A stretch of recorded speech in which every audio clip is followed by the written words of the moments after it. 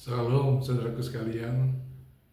Kali ini saya ingin memberikan judul firman Tuhan yang akan saya sampaikan adalah berilah aku minum. Berilah aku minum. Kita akan baca dalam Yohanes 4 ayat 7. Yohanes 4 ayat 7 demikian firman Tuhan. Maka datanglah seorang perempuan Samaria. Hendak menimba air. Kata Yesus kepadanya, berilah aku minum. Berilah aku minum. Pada saat itu mungkin Yesus sedang merasakan haus. Sementara dia datang ke situ bersama murid-muridnya, datang ke Samaria. Murid-muridnya mencari makanan. Dia masih duduk sendirian di sumur itu. Datang seorang perempuan Samaria. Antara Yahudi dengan Yesus itu tidak ada persahabatan. Sebetulnya antara orang Samaria dan orang Yahudi terjadi semacam permusuhan, ya. Permusuhan karena memang dulu sesudah Salomo menjadi raja, kemudian sesudah dia itu terpecah kerajaan utara dan kerajaan selatan. Kerajaan selatan itu kerajaan yang dipimpin oleh kelompok Daud, keturunan Daud, dan utara oleh raja-raja di utara. Jadi 10 suku di utara dan 2 suku di selatan. Tapi suku Lewinya terpecah menjadi utara dan selatan. Ketika itu Yesus sedang haus, datang perempuan Samaria. Perempuan Samaria itu perempuan orang-orang Samaria. Yesus berkata, berilah aku minum. Kenapa? Karena dia sedang haus. Haus sekali lehernya. Perjalanan habis dari tempat lain ke Samaria itu, ke sumur perempuan itu, sumur perempuan Samaria itu membutuhkan tenaga, dan Yesus belum makan sama sekali. Jadi ketika itu Yesus berkata, aduh haus sekali, beri aku minum. Beri aku minum. Nah, di sini percakapan dengan perempuan Samaria. Suatu hari dalam perjalanannya ke Galilea, Yesus dan murid-muridnya harus melintasi daerah Samaria. Sampailah dia di kota Sikar. Di situ terdapat sumur Yakub, sumur yang dibuat oleh Yakub. Ya, Yakub keturunan Ishak gitu, keturunan Israel. Orang nenek moyangnya bangsa Israel. Ketika letih dari perjalanan, dia merasa sangat letih, dia duduk di pinggir sumur itu. Waktu itu sekitar pukul 12 siang, pas waktu haus-hausnya itu. Sementara itu murid-muridnya pergi ke kota membeli makanan, katanya. Di situ ditulis begitu. Datanglah seorang perempuan Samaria hendak menimba air. Perempuan Samaria itu datang menimba air. Jam 12 siang menimba air. Yesus berkata kepadanya, berilah aku minum. Berilah aku minum. Aku haus maksudnya. Maka jawab perempuan itu, apa? Apa jawab perempuan itu? Langsung diambilkan atau dia menjawab dulu, bertanya dulu? Maka jawab perempuan itu, masakan engkau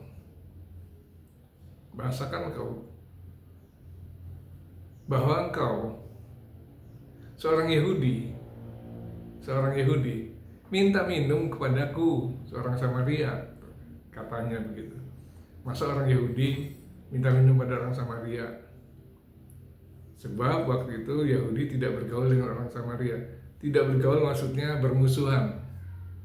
Karena orang Yahudi merasa dia keturunan langsung dari Allah, keturunan langsung dari Yakub, turunan Yakub, sedangkan Samaria ini campur aduk antara Yahudi, antara orang-orang Israel dengan bangsa kafir. Jadi tercampur deh. Mengapa saat itu orang sama Yahudi tidak mau bergaul dengan orang Samaria? Ya karena itu, ya.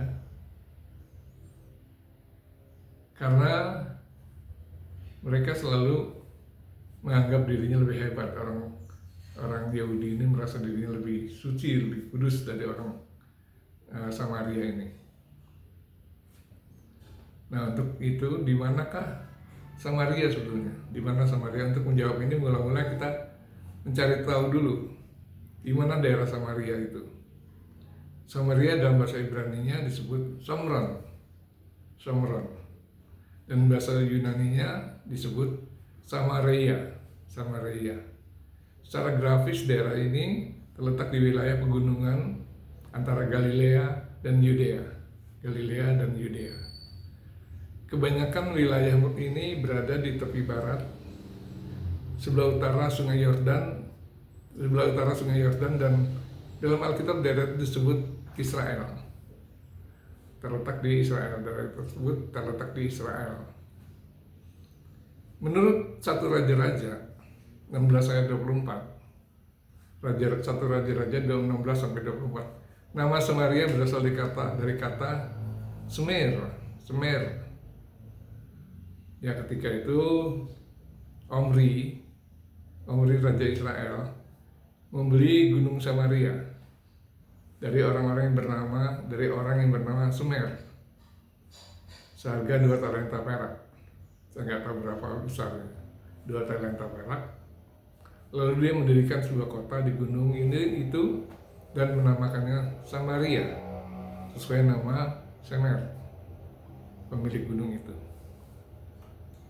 Nah, kemudian siapa orang Samaria? Siapa orang Samaria itu? Semula orang Samaria adalah penduduk Israel. Orang Samaria itu penduduk Israel, yaitu kerajaan utara Israel.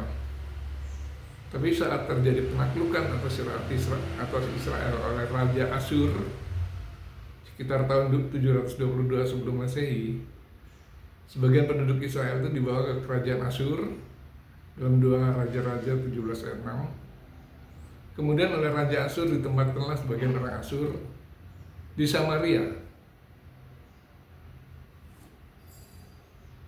Jadi orang Raja Asyur, orang Israel dibawa ke Asyur dan orang Asyur dibawa ke Samaria. Hal itu untuk mencegah pemberontakan. Karena kalau mereka bergabung antara Israel sendiri, dia bisa memberontak. Tapi kalau dicampur dengan orang Asyur, tidak bisa memberontak. Ya. Itu pikiran raja waktu itu. Jadi terjadilah pertukaran orang ketika itu. Para penduduk yang baru pindah itu masih menyembah dewa mereka sendiri. Para penduduk yang baru pindah, jadi orang Asyur menyembah dewa mereka. Oleh karena itu muncul binatang buas berbahaya yang mengancam mereka menjadi ketakutan. Mereka pun segera memohon pada Raja Asyur untuk mengirim beberapa imam Israel agar mengajar mereka tentang Allah Israel, supaya mereka dapat menyembah dan agar dia tidak lagi murka atas mereka sehingga mengirim binatang buas. Apa hasilnya? Benar bahwa mereka dapat menyembah Allah Israel. Tapi sayangnya bersama itu pula mereka masih ikut-ikut menyembah dewa Asyur. Masih menyembah dewa Asyur sesuai dengan kebiasaan mereka, kebiasaan bangsa Asyur. Itulah sinkretisme gabungan antara mencampurkan beberapa agama jadi satu, sinkretisme. Menyembah Allah Israel, tapi juga menyembah dewa-dewa lain. Bagi umatnya hal itu tidak boleh dilakukan. Bagi kita tidak boleh melakukan seperti itu. Jangan menyembah Allah Israel dan menyembah dewa lain. Ya, tidak boleh.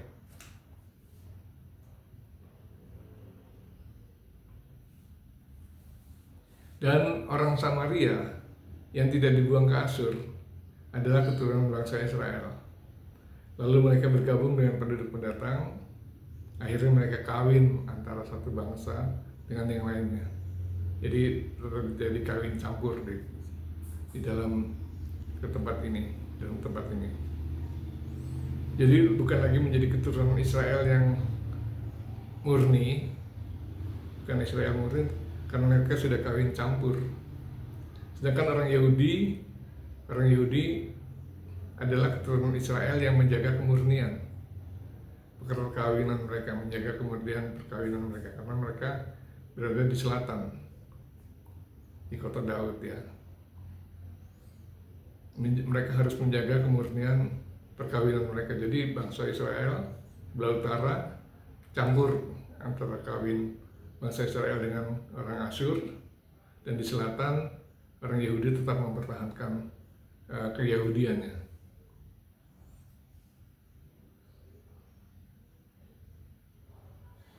Karena itu orang Yahudi memandang rendah orang Samaria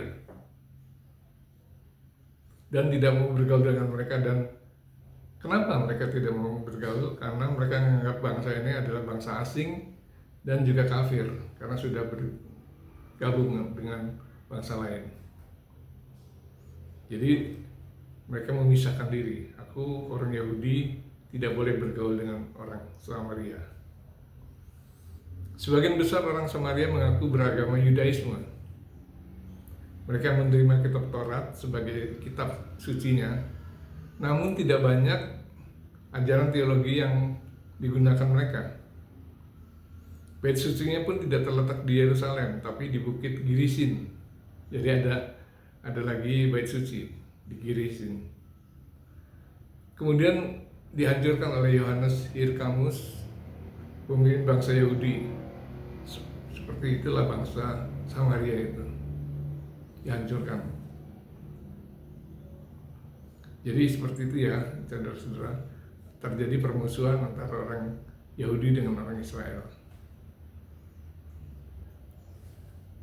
Jadi ketika mendengar pertanyaan perempuan Samaria itu, Yesus menjawab, "Jikalau engkau tahu tentang karunia Allah dan siapakah Dia yang berkata kepadamu, berilah aku minum, niscaya engkau telah meminta kepadanya dan Ia telah memberikan kepadamu air hidup." Ya, sayang perempuan Samaria ini nggak kenal dengan Yesus. Jadi dia bilang, kenapa orang Yahudi kok minta air pada orang Samaria, gitu ya. Jawab Yesus, "Jika engkau tahu tentang karunia Allah dan siapakah Dia," maksudnya Yesus, "yang berkata kepadamu, berilah aku minum, niscaya engkau telah meminta kepadanya dan Ia telah memberikan kepadamu air hidup." Benar sekali, air hidup. Terus tentu saja jawaban itu membuat bingung perempuan Samaria itu. Dia bingung.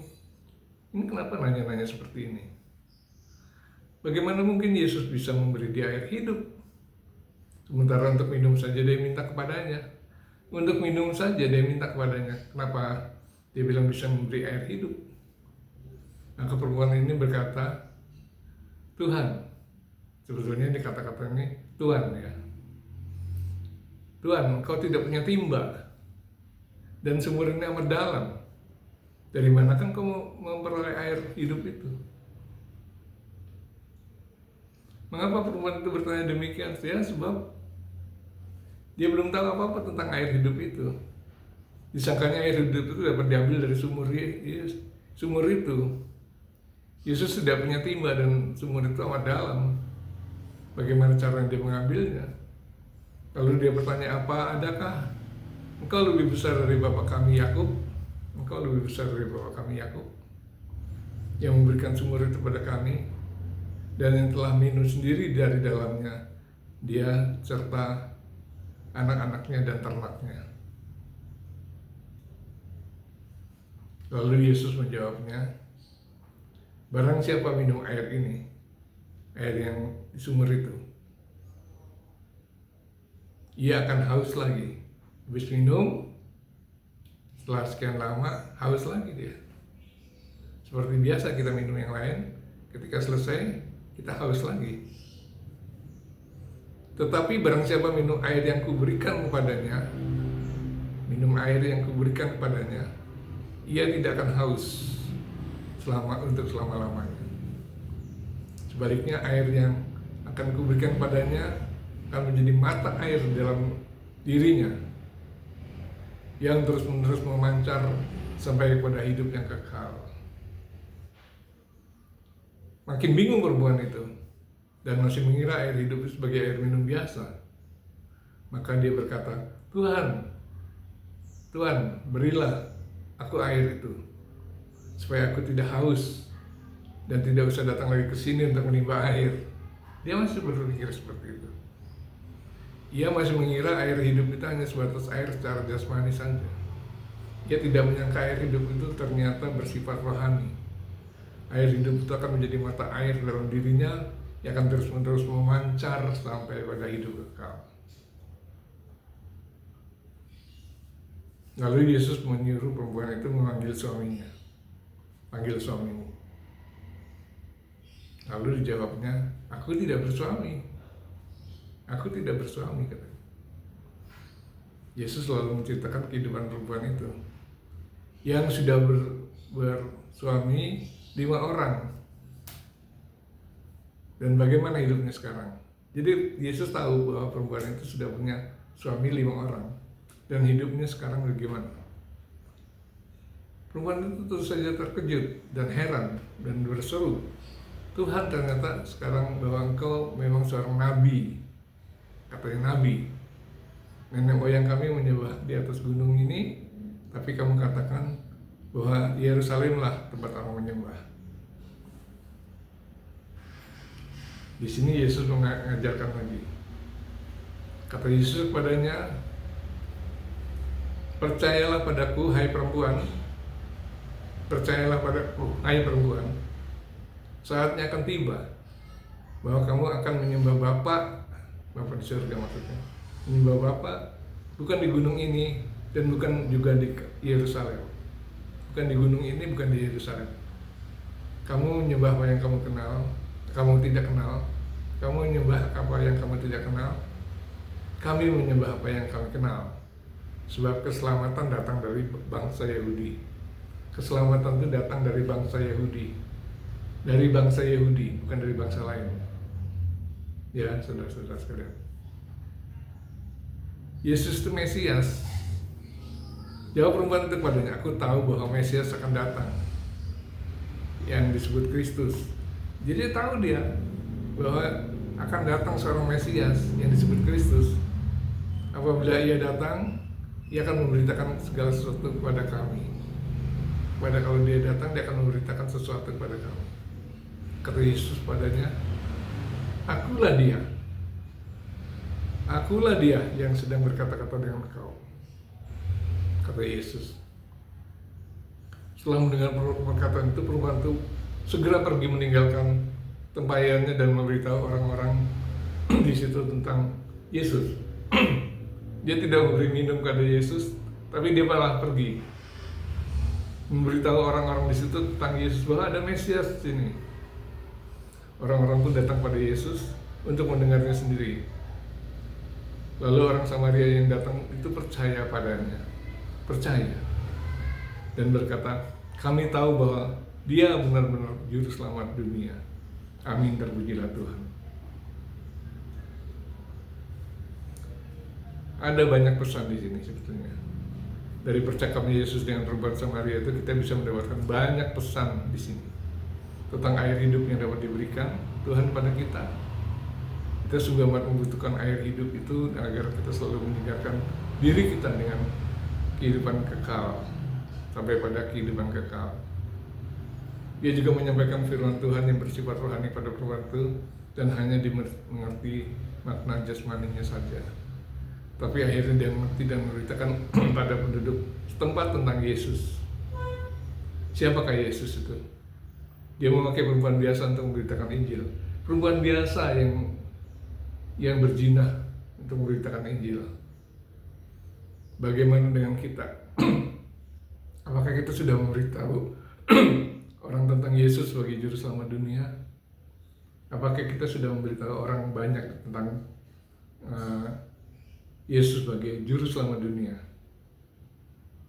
Dia juga memberitahu semua dosa perempuan itu tanpa menghakiminya. Tidak seperti imam-imam. Dia hakimi, dia permalukan. Kamu sudah berbuat ini. Tapi Yesus membeberkan dosa perempuan itu, tapi tidak menghakimi. Dapat kita berbuat seperti itu, tidak menghakimi. Juga tentang keselamatan yang hanya datang pada bangsa Yahudi. Hanya datang dari bangsa Yahudi, keselamatan hanya datang dari bangsa Yahudi, bukan dari bangsa lain. Kita harus meyakini hal itu. Masih banyak lagi yang dapat kita ambil dari kisah ini. Karena itu, mari kita merenungkan ayat-ayat ini. Ayat ini memberi kekuatan pada kita, dan demikianlah renungan ini menjadi berkat berkat bagi kita, agar kita belajar dari perempuan Samaria ini, dan terpujilah Tuhan. Amin.